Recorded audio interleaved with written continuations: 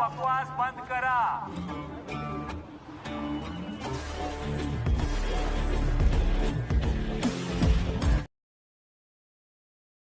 Film India terbaru ini berjudul Depa tahun 2025. Film ini mengisahkan sekelompok polisi yang mencoba memecahkan sebuah kasus yang rumit.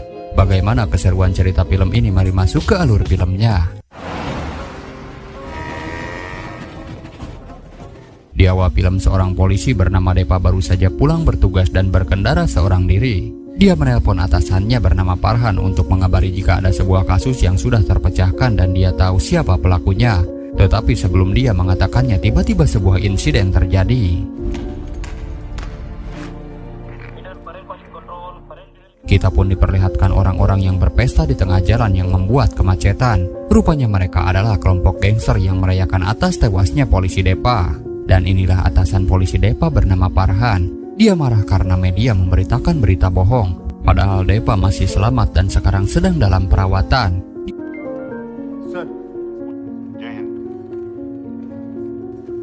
Farhan kemudian mencoba mengingatkan jika sebelum insiden, Depa mengatakan kalau dia sudah memecahkan kasus dan menemukan siapa pelakunya. Tetapi atas peristiwa itu nyatanya Depa hilang ingatan. Dia tidak tahu siapa dirinya, bahkan tidak mengenali Farhan sebagai atasannya di kepolisian.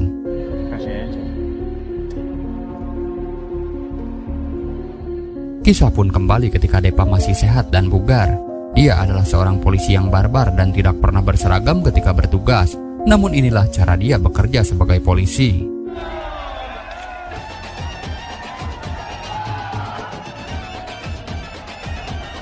Kemudian Farhan pun menikah dengan wanita bernama Alka yang ternyata Alka adalah adik dari Depa. Otomatis Farhan dan Depa sekarang menjadi saudara. Seorang polisi senior yang sekarang menjadi bawahannya bernama Sataye mengenalkan putri kesayangannya bernama Dipia. Dan di pertemuan pertama ini sepertinya Depa tertarik dengannya. Sorry, sir. Singkat waktu diadakanlah razia lalu lintas. Para polisi ingin menangkap ketua gangster bernama Prabat Yadav yang dikenal orang paling berbahaya dengan berbagai kasus. Razia kepolisian ini dipimpin oleh asisten komisaris bernama Rohan. Dia yang sedang berbicara dengan pacarnya bernama Rebecca dikejutkan dengan sebuah keributan kecil. Ternyata ada sebuah rombongan yang tidak pakai helm dan tidak mau diperiksa. Sampai keluarlah pria bernama Apte yang menegur si polisi karena beraninya dia menghentikan rombongannya. Melihat itu Rohan pun menghampiri dan anak buahnya mengatakan jika Apte adalah menteri. Dia pun memujuk Rohan supaya melepaskan Apte karena dianggap sebagai orang penting. Di situ Rohan pun tidak pandang bulu. Dia meminta anak buahnya untuk memeriksa kendaraan yang digunakan. Dengan tegas Rohan pun mengatakan, jika pejabatnya saja begini bagaimana rakyatnya bisa patuh. Mendengar itu Apte pun menganggap Rohan so pahlawan. Dan jika memaksa mau memeriksa kendaraannya, maka Rohan ditantang untuk datang mengambil kunci mobil ke rumahnya. Mendengar itu Rohan pun hanya diam, sedangkan Depa memperhatikannya sedari tadi.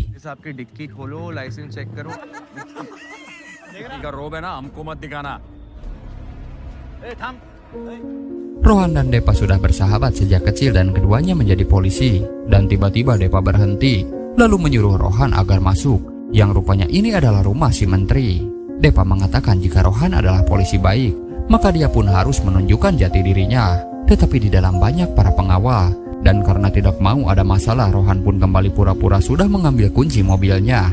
Tetapi Depa tahu temannya itu bohong sehingga dia nekat masuk lalu menghajar pengawal di sana.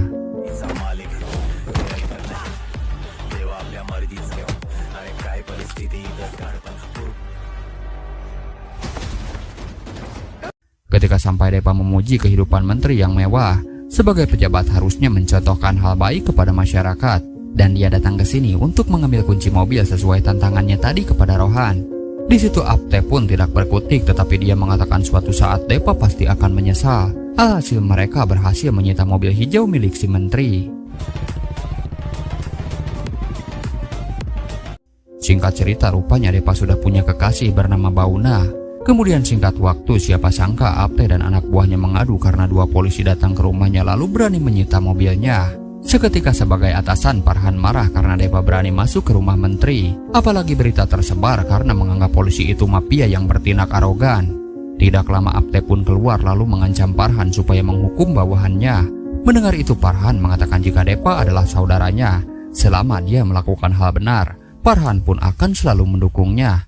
Tetapi jika ada yang berani menyentuhnya, maka dia sendirilah yang akan turun tangan. अभी मैं ये करने के लिए हाथ नहीं बचेंगे.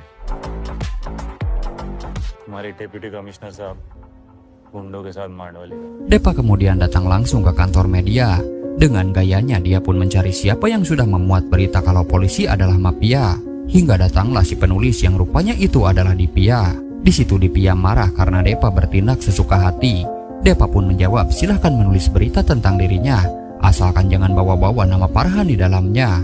Dan Divya diminta jangan merendahkan polisi karena ayahnya sendiri juga adalah polisi. कमाल है. Singkat waktu adanya informasi, ayah Divya dan Depa mengepung markas gangster Prabat Jadap. Satayai pun diminta untuk maju duluan, tetapi yang terjadi,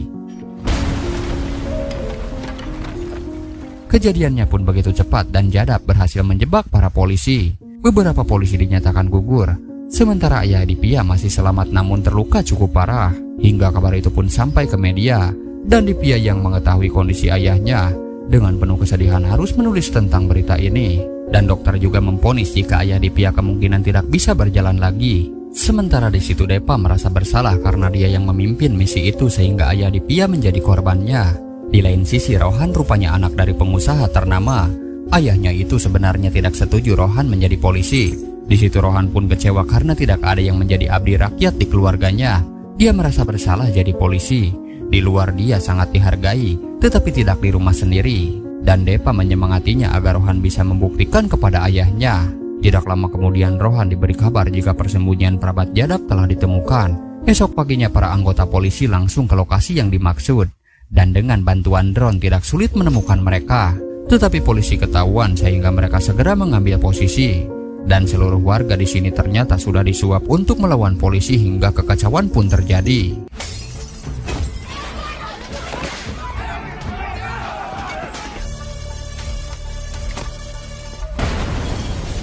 Tetapi naasnya Rohan tertangkap oleh Prabat Jadap, dan beruntung Depa lebih dulu menghabisinya.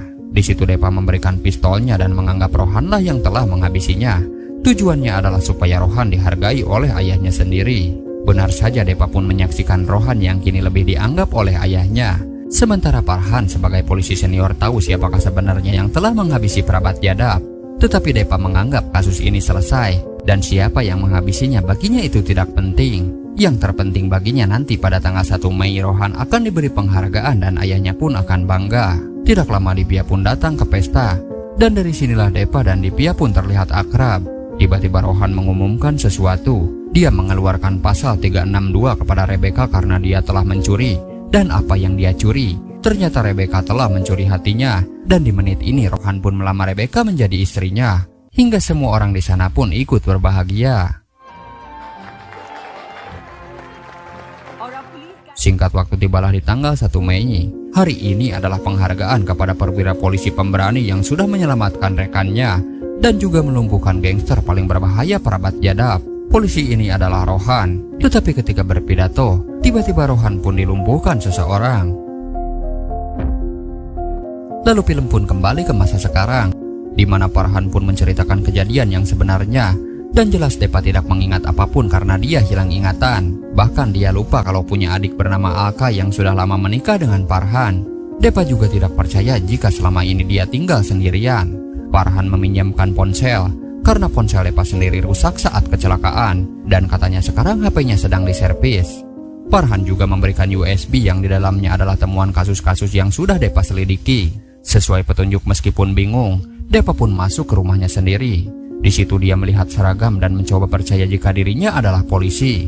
Kemudian dia pun membuka USB dan mencoba memahami siapa sajakah anggotanya dan kasus apa yang sebenarnya terjadi. Dia pun melihat rekaman siapakah Rohan yang Farhan ceritakan. Rupanya ada serangan jarak jauh dan Depa segera memeriksa kondisi Rohan. Lalu melalui kamera reporter dia sempat melihat pria berlari di sebuah gedung.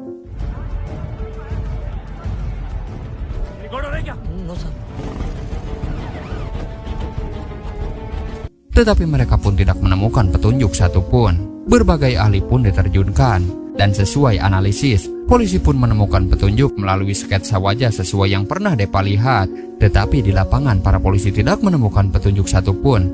Bahkan peluru untuk mengetahui apa senjata yang si pelaku gunakan untuk melumpuhkan korban pun tidak ditemukan. Di situ Depa marah karena polisi menganggap Rohan adalah korban. Meskipun sudah gugur, Rohan adalah atasan mereka. Jadi dia meminta anak buahnya tetap menghormatinya. Tidak segan meskipun masih suasana berduka, Depa pun berani menggeledah rumah Rohan sendiri. Dia juga menyita seluruh paspor keluarganya dan menganggap tersangka kepada ayah dan juga kakaknya.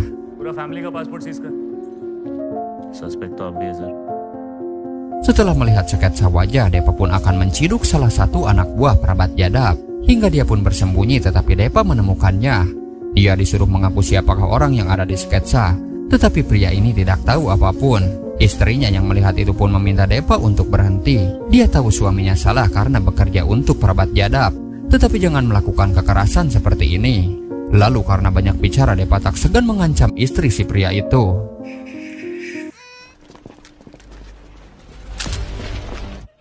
Please. Dan karena situasi yang semakin tegang, rekan polisi memohon agar Depa meninggalkan tempat ini. Berikutnya adalah sepasang lansia tidak jauh dari lokasi kejadian Rohan. Menurut keterangan ibu ini, di malam hari sekitar setengah 3 pagi sebelum kejadian ada sebuah mobil terparkir berjenis SUV warna hijau. Dan dari hasil pencarian ada yang memiliki mobil SUV hijau sesuai keterangannya yaitu Menteri Apte. Tidak lama Depa pun dihubungi oleh Rebecca, calon istri Rohan yang batal menikah.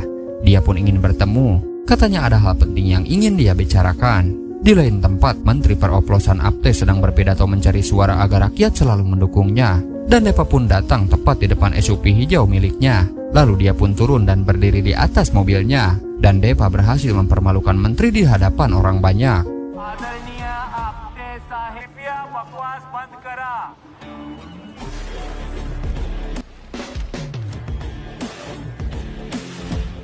Seperti biasa atas perbuatannya, Depa pun dimarahi oleh Farhan karena perbuatannya telah membuat malu polisi. Banyak pihak luar termasuk menteri meminta Depa dipecat dari kepolisian.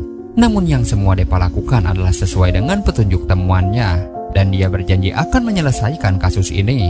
Di malam itu juga sekitar 1 jam kemudian, Depa menghubungi Farhan kalau dia sudah tahu siapa pelaku penembakan Rohan. Dan inilah adegan di awal film. Sebelum dia mengatakan siapa orangnya, sebuah insiden terjadi hingga Depa tak sadar dan kehilangan ingatannya. Kembali ke masa sekarang di mana Farhan menjelaskan jika malam itu setelah bertemu dengannya, Depa pun pergi lalu mengabarinya 1 jam kemudian.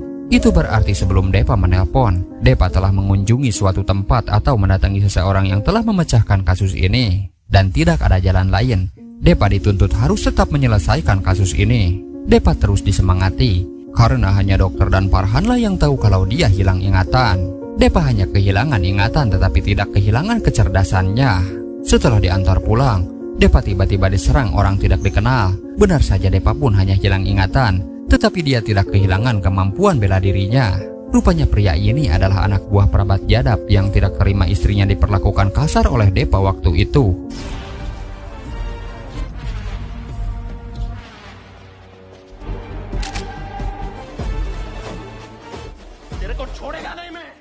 Ketika sendirian, dia pun kembali dibuat bingung ketika tiba-tiba datang seorang wanita.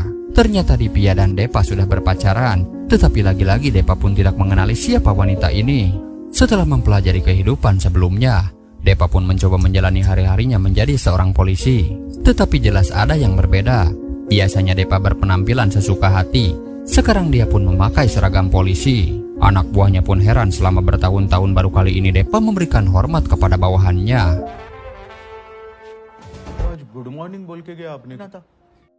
Kemudian Depa pun dikawal bawahannya untuk menghadiri sidang kasus Swita. Di mobil Depa bertanya kepada Farhan siapakah Swita yang dimaksud. Dan rupanya Swita adalah istri dari pria anak buah perabat jadab. Jelas Depa pun tidak mengingatnya. Meskipun ada rekaman kamera dari warga, bukti pun sudah jelas. Dan pria ini meminta supaya Depa dihukum seberat-beratnya agar polisi tidak menyalahgunakan wewenangnya. Namun pengacara membela jika Depa belum sepenuhnya pulih dari kecelakaan dan saat ini kondisinya pun sedang lemah. Mendengar itu hakim mengatakan jika ada 5 kasus tuntutan untuk Depa terkait semua kelakuannya dan dia pun diminta memperbaiki diri serta 2 bulan lagi dia akan dipanggil kembali. If that's possible. रे, तुम्हारे खिलाफ court Kemudian Depa teringat jika Farhan pernah mengatakan ponsel miliknya rusak. Dia pun mendatangi konter HP dan menanyai HP yang diservis atas nama Farhan. Si petugas pun mengatakan jika HP-nya akan selesai besok. Tetapi Depa yang ingin HP itu beres sekarang juga tak segan mengintimidasi pria ini hingga handphone pun selesai dalam waktu 5 menit saja. Setelah itu Depa pun melihat isi HP-nya sendiri dan terungkap jika sedekat itulah Depa dengan Dipia. Malah Dipia pun mengajaknya untuk menikah. Bersamaan seorang wanita menatapnya dan itu adalah mantan kekasih Depa. Namun jelas dia pun tidak akan mengenalinya.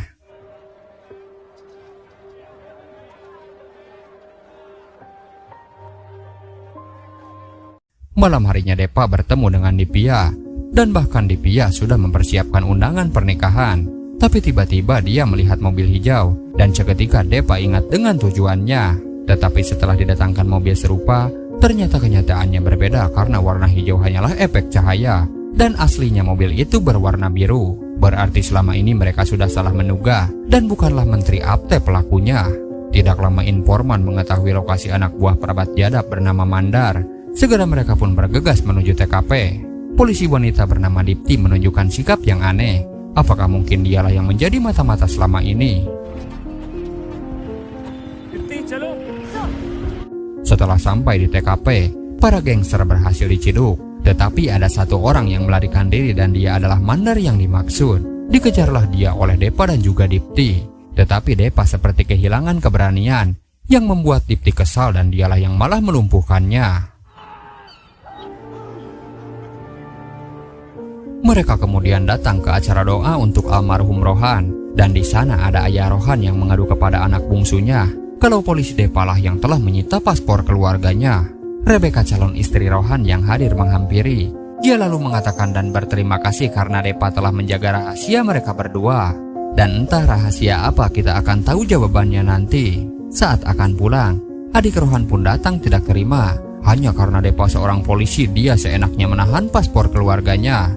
Melihat ancaman ini, dengan mudah Depa menghajarnya dan juga anak buahnya.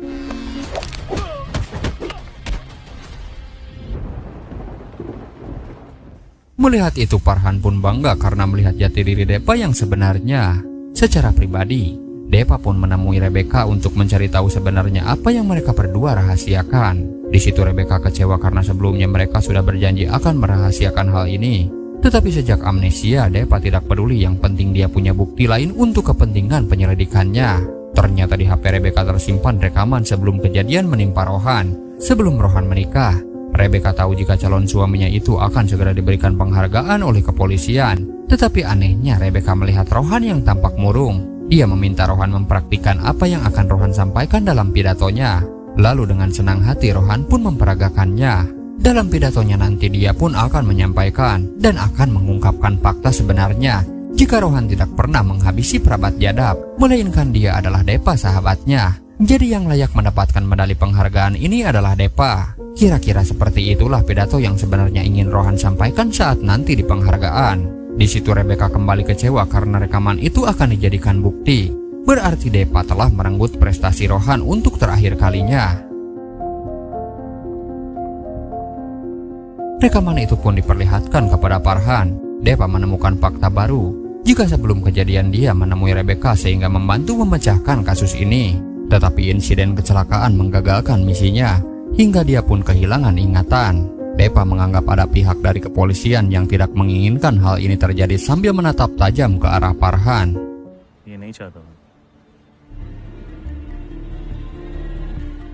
Para polisi kemudian membawa narapidana mantan penembak jitu terbaik. Dia pun disuruh menganalisa senjata apa yang si pelaku gunakan agar mudah menemukan identitasnya. Di atas gedung, pria ini mengatakan jika si penembak itu sakti karena menurutnya mustahil melakukan tembakan dari jarak sejauh ini. Pertama, gedung ini terlalu tinggi sehingga angin yang berhembus kuat akan mengganggu akselerasi peluru. Lalu jikalau dia jadi si pelaku, dia akan melakukan tembakan di gedung yang lain. Benar saja di sana terdapat lubang sebesar peluru menembus jaring, dan Dipti pun mengatakan itu tidak mungkin. Bagaimana bisa menembak kalau terhalang oleh jaring? Kemungkinan si pelaku sudah tahu di mana posisi Rohan berdiri saat berpidato. Namun ada kemungkinan lain. Jika di zaman sekarang ini semuanya serba canggih, bisa saja senjata itu modern dilengkapi dengan pengaturan waktu Di dalamnya terdapat sebuah kartu SIM, sehingga pelaku dapat mengendalikannya dari jarak jauh hanya menggunakan handphone. Kesimpulannya si pelaku tidak secara langsung berada di sini. Depa kembali memeriksa kamera reporter dengan lensa yang sama, tetapi polisi yang ditugaskan berlari tidak terlihat sedikit pun. Dipti pun bertanya-tanya kalau tidak kelihatan, bagaimana Depa bisa melihat orang berlari di hari itu. Sir फिर उस दिन आपको कैसे Kasus ini pun menimbulkan pertanyaan besar kepala kepolisian pusat. Dia pun heran, Depa punya sketsa wajah tetapi tidak ada ciri-ciri yang mirip. Dan anehnya hanya Depa yang melihat di hari kejadian. Barang bukti berupa mobil hijau malah tidak membuktikan apapun. Kepala polisi pun cemas, begitu juga anak buahnya yang curiga jika ingatan Depa menghilang setelah insiden kecelakaan. Dipanggillah dua orang saksi. Yang pertama ada dokter gigi pribadi Depa, dan yang satunya adalah akuntannya. 3 hari sebelum kejadian katanya Depa menemui mereka, tetapi dari dua orang ini Depa pun tidak mengenalinya sedikit pun. Dan dugaan mereka benar, hal yang selama ini disembunyikan telah terbongkar jika sebenarnya Depa mengalami amnesia. Begitu juga Farhan yang tidak bisa membantu apapun. Sir की याददाश्त के बारे में तो हम सब sir if I may for a second you insisted इसीलिए ये केस मैंने तुम्हें दिया था याद नहीं sir Untuk itu kasus ini akan ditangani polisi lain, dan dalam 48 jam Depa harus mengumpulkan seluruh berkas kasus ini. Depa pun kembali mengulik kasus ini sendirian. Dia datang menemui Mandar, anak buah perabat yang sekarang sudah sadar. Dia pun menyuruh mengaku siapa pelaku dan siapa polisi yang jadi mata-mata. Hingga ditemukanlah satu nama yaitu Bul. Rupanya di TKP ditemukan satu ponsel milik perabat dan terakhir dia menghubungi Mandar. Tetapi ada satu kontak yang sering dihubungi bernama Bul. Depa pun mencari nama serta alamat sebagai petunjuk. Dan tiba-tiba dia didatangi mantan kekasihnya Bauna. Dia mengatakan selamat tinggal karena akan meninggalkan kota ini untuk selamanya. Meskipun dia tahu Depa tidak punya rasa terhadapnya, tetapi dia masih sangat mencintainya. Dan terakhir Depa diminta tak perlu khawatir karena dia akan menyimpan rahasia ini dengan aman. Entah rahasia apa, yang jelas Depa semakin dibuat bingung. Goodbye Dev, and don't worry, वो secret के साथ हमेशा safe रहेगा. Dengan gagah berani Depa datang untuk menemui Farhan sambil membawa lengkap berkasnya. Dan dalam 48 jam ini Depa telah berhasil menyelesaikan kasus ini. Dia memberikan arsip lengkap dan meminta Farhan membaca seluruh detail penyelidikan dari awal sampai akhir. Tetapi katanya halaman terakhir kosong dan hanya Farhanlah yang bisa mengisinya. Ternyata di hari kejadian ada seorang polisi yang berkhianat tetapi identitasnya tidak akan pernah ditemukan. Dan Depa menemukan panggilan terakhir perabat jadab kepada seseorang yang biasa dipanggil Bul. Saat itu Rohan dan Depa bersantai sambil membahas penangkapan pencuri emas bernama Bul yang pernah Depa tangkap. Tetapi Rohan mengatakan jika Bul sudah tewas tahun lalu. Namun anehnya kartu HP si Bul masih aktif. Dan nomor kartu SIM itu selalu menghubungi perabat jadab. Setiap kali ada razia dia selalu lolos. Dan Rohan tahu pada tanggal-tanggal tertentu Depa pun menghilang.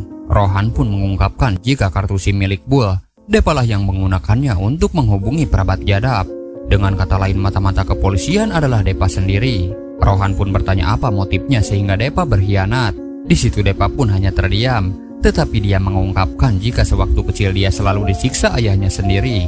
Waktu di rumah sakit Depa dibiayai oleh perabat jadab. Sehingga sebagai balas jasa Depa pun menjadi polisi untuk kelancaran perabat jadab. Semua ini Depa lakukan agar polisi jujur seperti Rohan dapat pujian. Mendengar itu Rohan pun membenarkan jika dirinya adalah polisi jujur. Untuk itu Depa diminta untuk mengakui semua perbuatannya, termasuk mencederai ayah Dipia hingga dia tidak bisa berjalan lagi. Depa pun mengatakan jika dirinya dan Rohan adalah saudara, dan Rohan diminta untuk melupakan kejadian ini. Tetapi sekali lagi Rohan adalah polisi yang benar-benar jujur. Dia pun tidak peduli sahabat, dan demi kebenaran, dia pun akan mengungkapkan semuanya tepat di tanggal 1 Mei. Lalu kata-kata itu didengar oleh mantan kekasih Depa. Itulah sebabnya dia punya rahasia ini.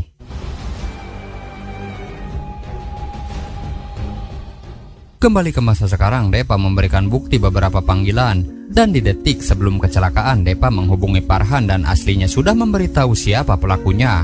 Otomatis penyedia layanan sudah merekam semua percakapan ini. Itu artinya rekaman pesan suara telah masuk ke ponsel Farhan. Dan Farhan sudah tahu jika pelaku sebenarnya adalah Depa. Tetapi nyatanya Farhan menyembunyikan semua ini karena tahu dirinya butuh sosok seorang Depa. Farhan mencelakai Depa supaya Depa tidak ditangkap. Tetapi dia membuat Depa baru yang malah mengungkap kasus sebenarnya. Depa pun lalu menyuruhnya untuk membuka pesan suaranya. Di dalamnya terdapat semua pengakuan Depa bagaimana cara dia melakukannya. Dan dengan kecanggihan teknologi tak sulit untuk melakukan semua ini. Dan bukti-buktinya tersimpan rapi di dalam rumahnya sendiri.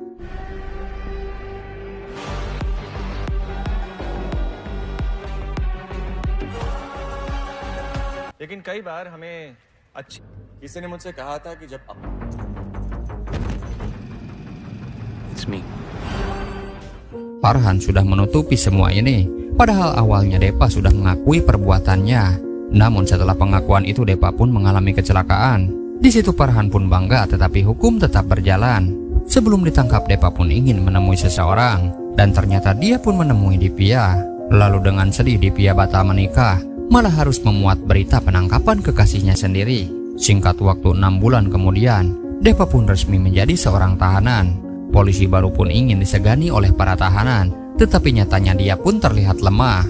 Melihat itu Depa pun menunjukkan bagaimana dirinya dahulu bekerja.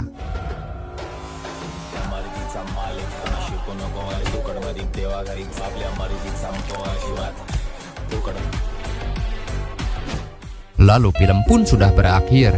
Film ini mengajak kita berpikir bahwa segala keputusan yang diambil hari ini akan berdampak besar pada masa depan, baik secara pribadi maupun secara kolektif. Dan sampai jumpa di alur cerita film selanjutnya.